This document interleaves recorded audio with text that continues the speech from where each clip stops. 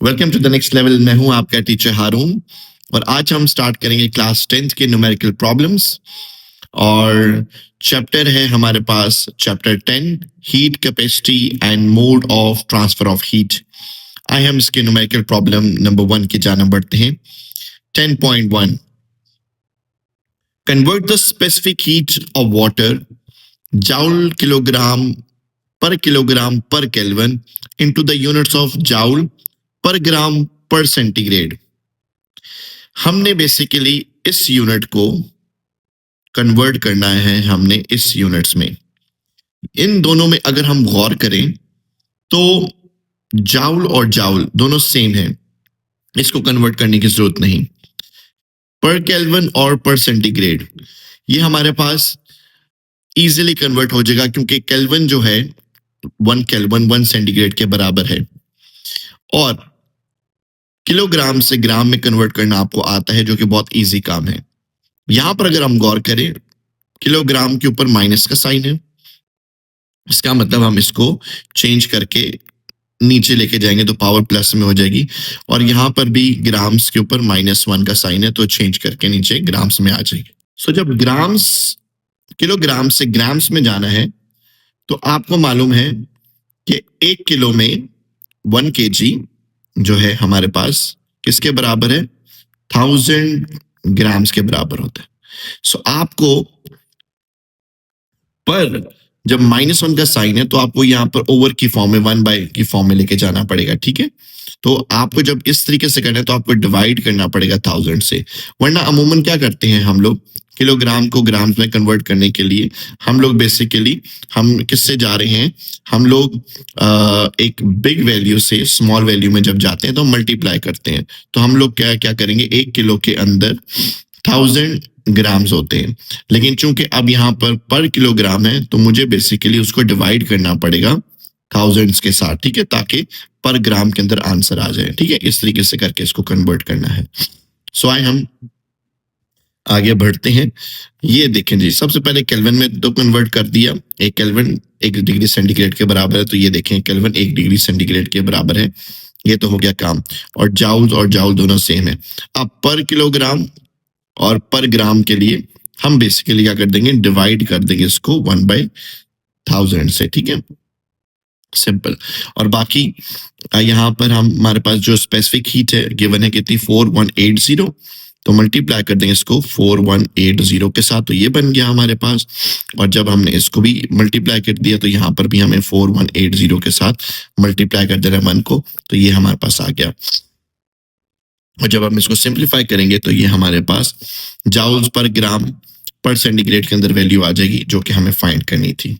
Clear? इस तरीके से करके हम इसको सॉल्व करेंगे और ये स्टेटमेंट आप एक दफा ठीक से रीड कर लें। न्यूमेरिकल प्रॉब्लम 10.2 की जाने पड़ेंगे। Calculate the amount of heat, what we need to find out amount of heat, जिसको हम क्यू से डिनोट करते हैं। अमाउंट ऑफ हीट जाउल्स और मेगा जाउल्स के अंदर उसने कहा है कन्वर्ट करने को। Given to 25 gram of water, so mass कितना गिवन है आपको, 25 kg किलोग्राम है, यानी कि इसके अंदर जो वाटर का मास है that is equal 25 kg। Clear हो गया। To increase its temperature by 50 degree centigrade, so you need to increase the temperature. जो इंक्रीज टेम्परेचर का मतलब टेम्परेचर चेंज हुआ है, वो तकरीबन कितना चेंज हुआ, 50 सेंटीग्रेड। यहाँ पर जो टेम्परेचर चेंज हुआ है वो 50 सेंटीग्रेड है, ठीक है। So we need we have change in temperature, we have mass, so we need to find the amount of heat। so हमें Q की वैल्यू फाइंड करनी है यहाँ पे। so यहाँ पर specific heat of water given है, आप 4200 भी पुट कर सकते हैं, ठीक है जी, सिंपल इसको सिंप्लीफाई करने के लिए। सो फॉर्मूला हमारे पास ये है, हमारे पास मास भी गिवन है, डेल्टा टी भी गिवन है, हमारे पास सी भी गिवन है, you just need to multiply. तो बहुत इजी न्यूमेरिकल है। ये आपने m की वैल्यू पुट कर दी, ये आपने c की वैल्यू पुट कर दी, और ये आपके पास टेम्परेचर है, आप इसको सॉल्व किया, आपके पास जाउल के अंदर आंसर आ गया। क्लियर? अब यहाँ पर मेगा जाउल्स के अंदर करना है, तो जाउल आपके पास एक स्मॉल यूनिट है, मेगा जाउल, मेगा होता है 10⁻⁶, ये आपके पास बिगर यूनिट है। जब आप स्मॉल से बिग में जाते हैं तो SDB आप डिवाइड करेंगे, तो ये हमने क्या कर दिया 10⁻⁴ के साथ, जो कि मेगा 10⁻⁶ से डिवाइड कर दिया, ठीक है। सो ये आपके पास जाउल और मेगा जाउल्स के अंदर आंसर आ गया। इसका मतलब आपने इतनी इसको हीट दी, जिसके किसको, वाटर को, जिसका मास कितना था 25 kg, और उसका टेम्परेचर कितना चेंज हुआ 50 डिग्री सेंटीग्रेड और 50 केल्विन। क्लियर। Next numerical 10.3। अब इस न्यूमेरिकल को देखें। 0.5 kilogram block of unknown metal. ये जो ब्लॉक है, इस अननोन मेटल है, we don't know, its either it would be aluminium, iron, chromium, whatsoever. So mass is 0.5 kilogram. So mass of metal block is 0.5 kilogram. Is heated from 30 degrees centigrade to 80 degrees centigrade. So we are heating it, and initially it has a temperature of 30 degrees centigrade, and it has a final temperature of 80 degrees centigrade. ठीक है, ये TI initial, TF final decree centigrade में answer लिख दिया। Requiring 19 kilo joules of heat energy. So heat is supplied, यहाँ से जो इसको हीट मिल रही है, ये जो आपको मशीन हीट दे रही है, ये तकरीबन कितनी हीट दे रही है 19 किलो जाउल्स। किलो को कन्वर्ट करेंगे जाउल्स में तो मल्टीप्लाई बाय 1000 कर देंगे, ठीक है। So calculate the specific heat capacity of metal. इस मेटल की C की वैल्यू फाइंड करनी है। फॉर्मूला हमारे पास होता है Q is equal to MC delta T। हमारे पास टेम्परेचर भी गिवन है, मास भी गिवन है, हीट भी गिवन है। सो ये अननोन है तो हम इसको इजिली फाइंड कर सकते हैं। ठीक हो गया, तो ये फॉर्मूले से कर लेंगे। If the metal if the B part B कहते हैं, if the same metal block is heated from 80 degree centigrade to 125 degree centigrade. So for the part B, new temperature changes from 80 degree centigrade to 125 degree centigrade. ठीक है जी। अब यहाँ पर delta T की आपकी value change है, ठीक है। पार्ट नंबर यहाँ पर स्पेसिफिक मेंशन है पार्ट बी के लिए, ठीक है। तो पूछता है how much additional heat is required. जब आपने टेम्परेचर चेंज किया तो क्यू कितना है वो आपने फाइंड करना है। ये पूरा कॉन्सेप्ट है। आइए सबसे पहले स्पेसिफिक हीट को फाइंड करते हैं, कैपेसिटी ऑफ सी। तो इसको हमने जाउल्स पर किलोग्राम पर केल्विन में करना है, और फिर एडिशनल हीट फाइंड करेंगे। क्यू एडेड मैंने लिख दी यहाँ पे, जब टेम्परेचर 80 से 125 होगा। तो उम्मीद करता हूँ आपको न्यूमेरिकल समझ आ गया होगा, और आगे सोल्यूशन तो बहुत ही आसान है। सेम फॉर्मूला, सी को इधर ही रहने देंगे, क्यू और एम डेल्टा टी डिवाइड हो जाएंगे। आप डेल्टा टी फाइंड करने के लिए चेंज इन टेम्परेचर कर लें, final minus initial. Part A के लिए आपके पास 80 में से 30 माइनस करेंगे, जो कि यहाँ पर मेंशन है। ये देखिए, ये पार्ट ए के लिए आपको दिया गया, ठीक है। तो ये आपके पास आ गया कितना 50 किलो जाउल्स पर, ठीक है, सॉरी 50 केल्विन आ गया इसका टेम्परेचर। सो टी की वैल्यू भी निकल आई है, हमने वैल्यू पुट कर दी 50, मैस हमें पता था 0.5, और हमने जाउल्स के अंदर हमने इसको कन्वर्ट कर दिया, क्योंकि हमें बेसिकली जाउल चाहिए था पर किलोग्राम में भी और पर केल्विन। तो ये हमारे पास इजीली आंसर आ गया, ठीक है। हमने किलो जाउल से जाउल के अंदर कन्वर्ट कर दिया। यहाँ तक हमें बात क्लियर। सो सी की वैल्यू हमारे पास आ गई 760। सो ये सी की वैल्यू आप समझ लें। फिर अब हमारे पास आ जाती है जी पार्ट नंबर बी की बारी। पार्ट नंबर बी कहते हैं additional heat from 80 degree centigrade to 125 degree centigrade. So change in temperature हमने किया कितना हो गया, delta T is equal to 45 kelvin. और हमारे पास सेम फॉर्मूला है, हमने एडिशनल हीट फाइंड करनी है, ये क्यू एडेड है। तो आपने सिर्फ मास पुट किया, स्पेसिफिक हीट जो भी निकाली, और चेंज इन टेम्परेचर, जो नया वाला टेम्परेचर जो गिवन था वो यूज किया। तो आपके पास ये है, मल्टीप्लाई करके हीट आ गई। इसको अगर आपने किलो जाउल्स में कन्वर्ट करना है, डिवाइडेड बाय 1000, क्योंकि आप जब स्मॉल से बिग में जाते हैं तो आपको डिवाइड करना पड़ता है SDB, ठीक है। ये बात याद रखनी है, और इस तरीके से करके हमारे पास ये आंसर आ जाएगा। क्लियर। आप इसको एक दफा रीड कर लें। नेक्स्ट है हमारे पास 10.4। 10.4 न्यूमेरिकल कहता है calculate the change in temperature of 5 litre of water. इसके अंदर तकरीबन 5 लीटर्स है। लीटर्स को कन्वर्ट करेंगे केजी के अंदर, तो मास की वैल्यू 5 kg आ जाएगा। क्यों? Volume of water is 5 litres. 1 litre हम लोग कंसिडर करेंगे 1 kg के बराबर। सो 1 kg के बराबर है तो 5 लीटर्स 5 kg के बराबर होगा, ठीक है। If it absorb heat of 8.4 mega joules, mega कितना होता है 10⁻⁶, ठीक है जी, इतनी हीट को ये एब्जॉर्ब करेगा और आपने change in temperature T find करना है। सो हीट एब्जॉर्ब करे Q मेगा जाउल्स और 10⁻⁶ लिख दीजिएगा और स्पेसिफिक हीट वाटर की कांस्टेंट आपको मालूम है। So change in temperature find करना है, फॉर्मूला उसी तरीके से Q is equal to MC delta T हम यूज कर लेंगे। यहां से हम लोग टेम्परेचर की वैल्यू फाइंड करें, टेम्परेचर इधर ही रखा और ये Q और MC नीचे डिवाइड हो गया, ये हमने Q की वैल्यू पुट कर दी, ये हमारे पास मास की वैल्यू है, ये मेरे पास स्पेसिफिक हीट है, ये मेरे पास चेंज इन टेम्परेचर आ गया कैलकुलेटर में सॉल्व करने से 400 डिग्री सेंटीग्रेड, ठीक है जी। सो ये हमारे पास चेंज इन टेम्परेचर होगा। अब हम आगे बढ़ते हैं जी 10.5 की जानब। 10.5 न्यूमेरिकल कहता है in a container 100 gram of water at 80 degree centigrade, mass आपको गिवन है 100 ग्राम, ठीक है, और is mix with 200 gram of water of 20 degree centigrade. Mass आपको M1 गिवन है कितना 100 डिग्री सेंटीग्रेड और इसका टेम्परेचर 80 है और ये 80 डिग्री सेंटीग्रेड। फिर उसके बाद 200 मास गिवन है, उसका टेम्परेचर 20 है। अब 80 टेम्परेचर बढ़ा है कि 20, 80 यानी कि जो पानी गर्म होगा वो कौन सा होगा 80 डिग्री सेंटीग्रेड वाला, ठीक है जी।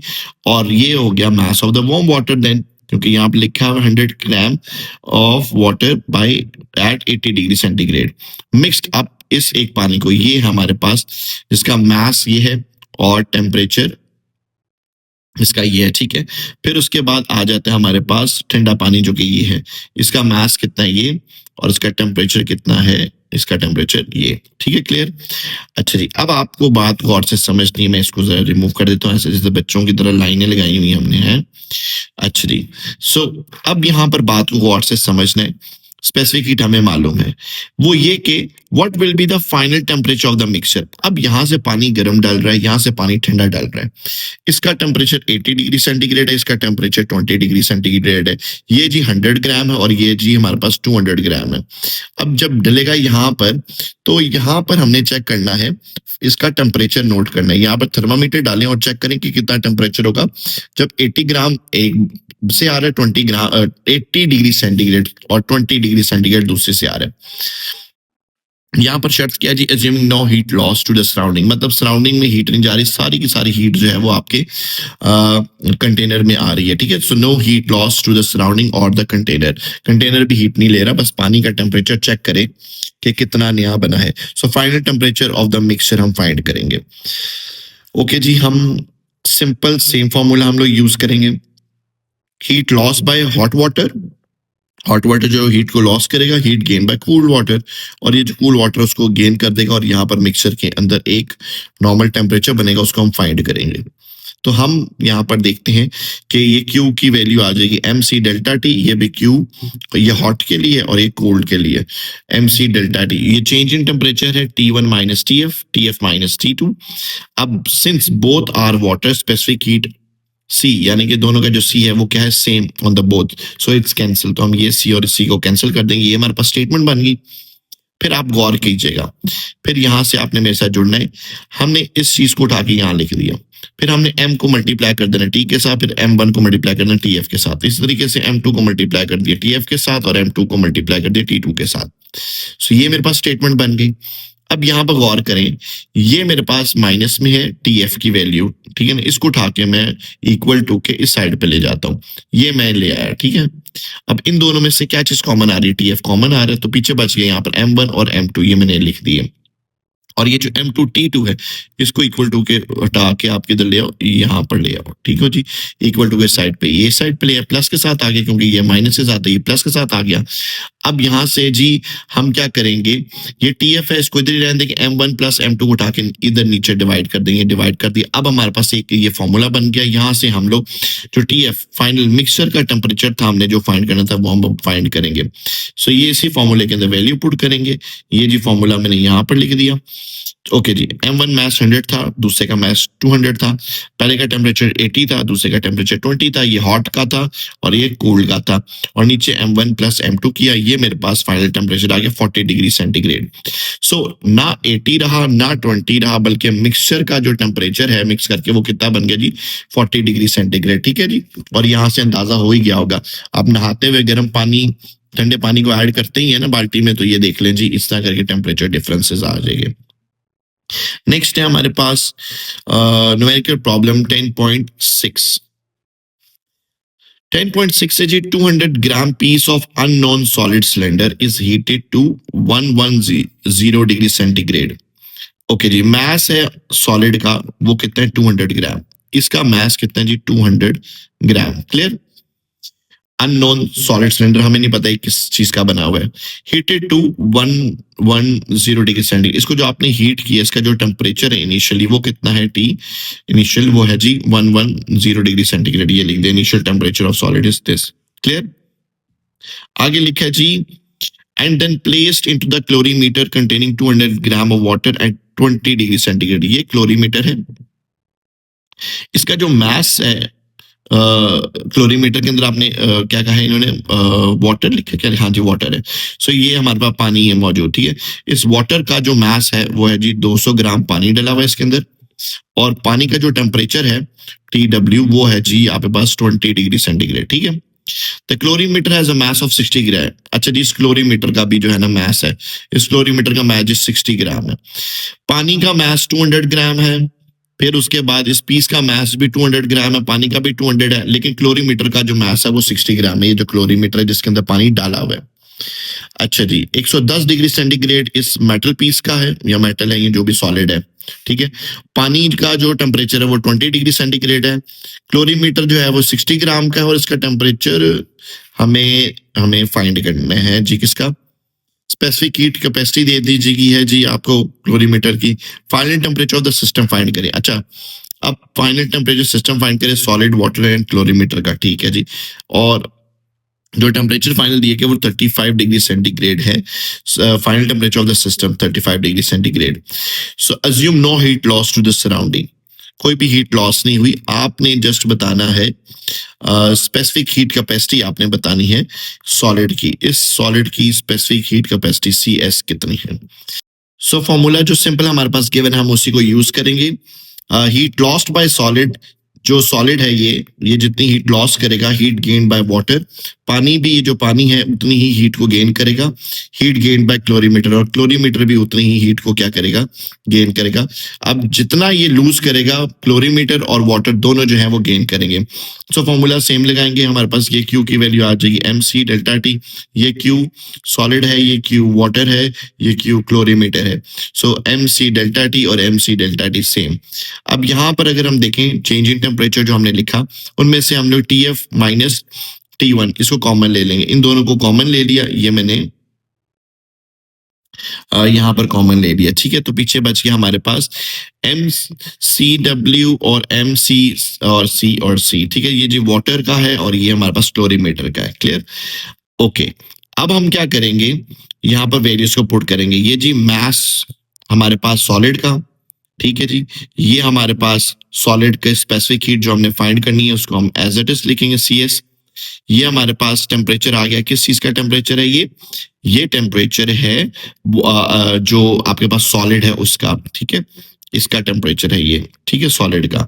फिर उसके बाद ये फाइनल टेम्परेचर सिस्टम का। क्लियर? आगे बढ़ते हैं। ये मास है जी वाटर का, ये जी स्पेसिफिक हीट है वाटर की। ये मास है क्लोरीमीटर का, ये स्पेसिफिक हीट है क्लोरीमीटर की। ये फाइनल टेम्परेचर है सिस्टम का, और ये टेम्परेचर है वाटर का। क्लियर? जो कि क्लोरीमीटर के अंदर मौजूद है। ये यहां तक आपको बात समझ में आ गई? ठीक है। सो ये हमें यहाँ पर मैंने आपको बड़े डिटेल में समझा दिया हुआ है। ओके, अब हम जस्ट सिंपल सॉल्व करेंगे इसको। तो हमारे पास सिंपल कैलकुलेशंस है। 20 को 75 से मल्टीप्लाई किया 15,000, C को इधर ही रहने दे, 15,000 डिवाइड हो जाएगा, ये मेरे पास आ जाएगा specific heat capacity of solid. इस सॉलिड की स्पेसिफिक हीट कैपेसिटी जो ये है आयरन पीस आपने वो निकाल ली है, ठीक है जी। वो कितनी निकली है 0.89 जूल पर ग्राम सेंटीग्रेड, ठीक है जी। So this is about 10.6। ये लास्ट न्यूमेरिकल है 10.7। A hot steel rod is cooled by plunging it into cold water. अब ये हमारे पास स्टील रॉड है, ठीक है, और इसको हम पानी में, ठंडे पानी में डाल रहे हैं। A steel rod has a mass of 3 KG, इसका मास है हमारे पास 3 केजी, ये हमने लिख दिया मास of the steel rod is 3 KG and initial temperature is 450 degree centigrade, और टेम्परेचर जो शुरू का था इसका टी आई वो था जी 450 degree centigrade, initial temperature of the rod is this. After cooling, अब जब आपने इसको पानी में डाल दिया, यहाँ पर जो टेम्परेचर इसका T2 या TF फाइनल बना वो कितना बन गया जी 50 डिग्री सेंटीग्रेड, ये लिखा। Final temperature of the rod is 50 degrees centigrade. After cooling, temperature become 50 degrees centigrade. The specific heat of steel is this. Steel की C की वैल्यू आपको गिवन है। Calculate the amount of heat, आपने जी Q की value find करनी है, loss by the steel, इस steel ने कितनी को हीट को लॉस किया, ठीक है। Q की वैल्यू फाइंड करनी है, फॉर्मूला वही पहला वाला simple, Q is equal to M C delta T. तो यहाँ पर हमारे पास M की वैल्यू 3 kg है स्टील, और स्पेसिफिक हीट जो है स्टील की दे दी है, C की वैल्यू आपको 460 दे दी है। टेम्परेचर इनिशियल इसका था कितना 450, और T2 ठंडा हो गया कितना हो गया 50। सो मल्टीप्लाई किया, हमारे पास ये जाउल्स के अंदर आंसर आ गया, आपने इसको डिवाइडेड बाय 1000 करिए, किलो जाउल्स में निकाल लेंगे।